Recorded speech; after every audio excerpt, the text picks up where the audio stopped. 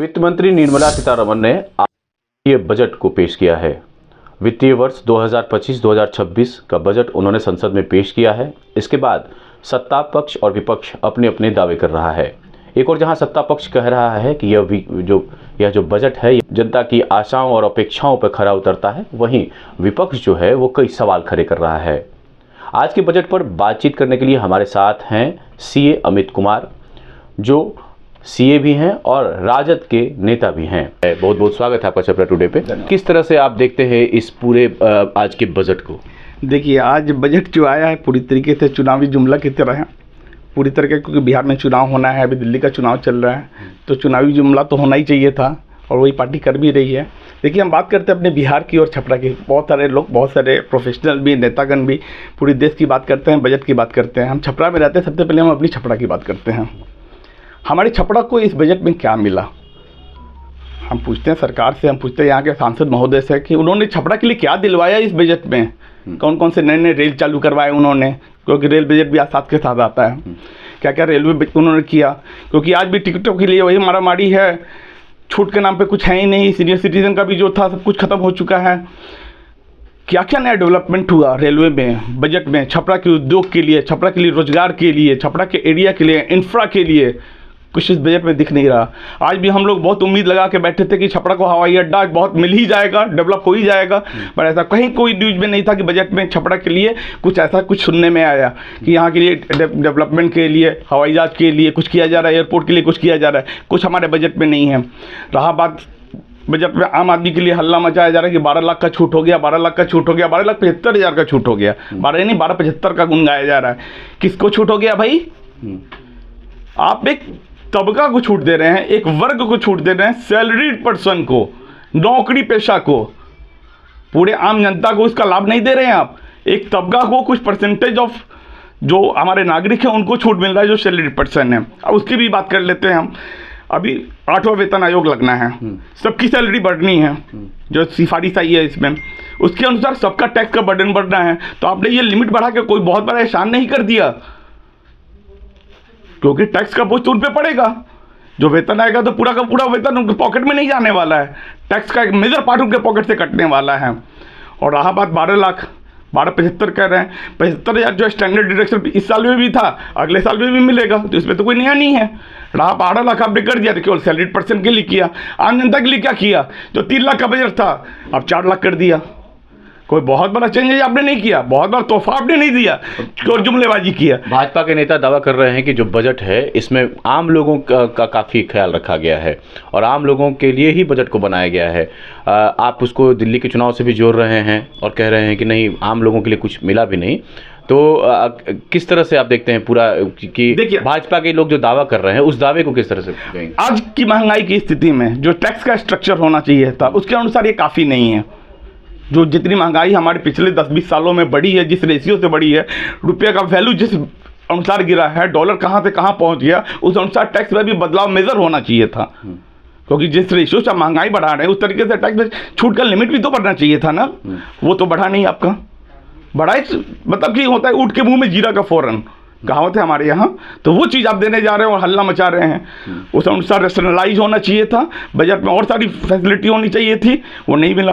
अब बात थोड़ी कर लेते हैं बिहार की। बिहार को क्या मिला? बिहार की सबसे बड़ी डिमांड थी, हमारी नीतीश गवर्नमेंट की भी डिमांड थी, पहले की भी डिमांड थी कि हमें स्पेशल स्टेटस कब मिलेगा। जब तक स्पेशल स्टेटस नहीं मिलेगा हमारा डेवलपमेंट नहीं होगा। ये पूरी दुनिया जानती है, पूरा देश जानता है, पूरा राज्य जानता है, हमारा शहर जानता है। पर स्पेशल स्टेटस के नाम पर आज भी हम लोग वही के वही हैं, फिसड्डी होकर रह गए, कोई हमारी सुनने वाला नहीं है। केंद्र की आज हम सबसे पावरफुल पार्टी है, जेडीयू बिहार की पार्टी है, और ये इन्होंने अपना एक छोटा सा काम नहीं करवा पा रहे केंद्र सरकार से। स्पेशल स्टेटस मिलना चाहिए, रोजगार बढ़ेगा, यहाँ पे उद्योग धंधा लगेगा, यहाँ का जीवन स्तर सुधरेगा। इस पर तो आप कुछ नहीं कर पा रहे हैं।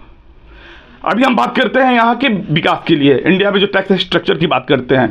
अमेरिका ने अभी ट्रम्प सरकार जैसे बनी, उसने कहा कि हम दुनिया का सबसे कम टैक्स लेके आएंगे, दुनिया का सबसे कम टैक्स रेट हम देंगे, आप हमारे यहाँ इन्वेस्टमेंट कीजिए, उद्योग धंधा लगाइए, हम सबसे ज़्यादा छूट देंगे। हमें बहुत उम्मीद थी एज ए प्रोफेशनल कि आप इंडिया का भी कुछ ऐसा घोषणा होगा कि पूरी दुनिया की इन्वेस्टमेंट हमारे यहाँ आएगी। उद्योग धंधे बढ़ेंगे, रोजगार मिलेंगे, यहाँ का जीवन स्तर सुधरेगा। मैंने ऐसा कहीं कोई घोषणा नहीं था कि विदेशी निवेशक हमारी तरफ आकर्षित हो। लेकिन बताया जा रहा है कि बिहार को लेकर खास ध्यान दिया गया था, जहां तक आज जो हुआ, जैसे मखाना को लेकर जो मखाना केंद्र है उसको लेकर भी मखाना बोर्ड बनाने की बातें कही गई हैं। ग्रीनफील्ड एयरपोर्ट जो है वो भी बिहार में बताया गया है कि बनेगा। आप कह रहे हैं कि छपरा में बनना चाहिए है या बनना चाहिए था, लेकिन आज जो भाजपा का दावा है और तमाम लोग भी कह रहे हैं कि बिहार, और खासकर आपकी पार्टियां भी जो दिल्ली में है उनका भी कहना है कि बिहार को लेकर खास ये बजट है, मतलब बिहार के चुनाव को लेकर ये खास बजट है। तो इसको किस तरह से देखते हैं? दिखाया जा रहा है, इन्वेलप खाली है, इन्वेलप के ऊपर बहुत बढ़िया से दिखाया गया है, अंदर कुछ खाली लिफाफा ही है और इससे ज़्यादा कुछ नहीं है। बिहार के नाम पे ये, बिहार के नाम पे वो, बिहार के नाम पे ये, केवल एक हेडिंग बढ़ाई जा रही है, लाइनें बढ़ाई है कि बिहार को ये दे दिया, बिहार को वो दिया, बिहार को ऐसे कर दिया, वैसे कर दिया, पर अंदर जाने पर वो क्या है तो लिफाफा है। आप देखिए यहाँ कुछ नहीं है बॉस।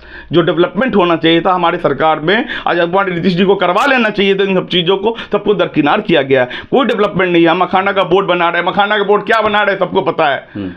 बोर्ड बनेगा, अपने लोग भरे जाएंगे और इंडस्ट्री तहस की नहस हो जाएगी, कृषक की जगह इंडस्ट्रीज घुसेंगे, अंबानी अडानी आएंगे, अब मखाना में भी अंबानी अडानी आएंगे, यही ना होगा जी।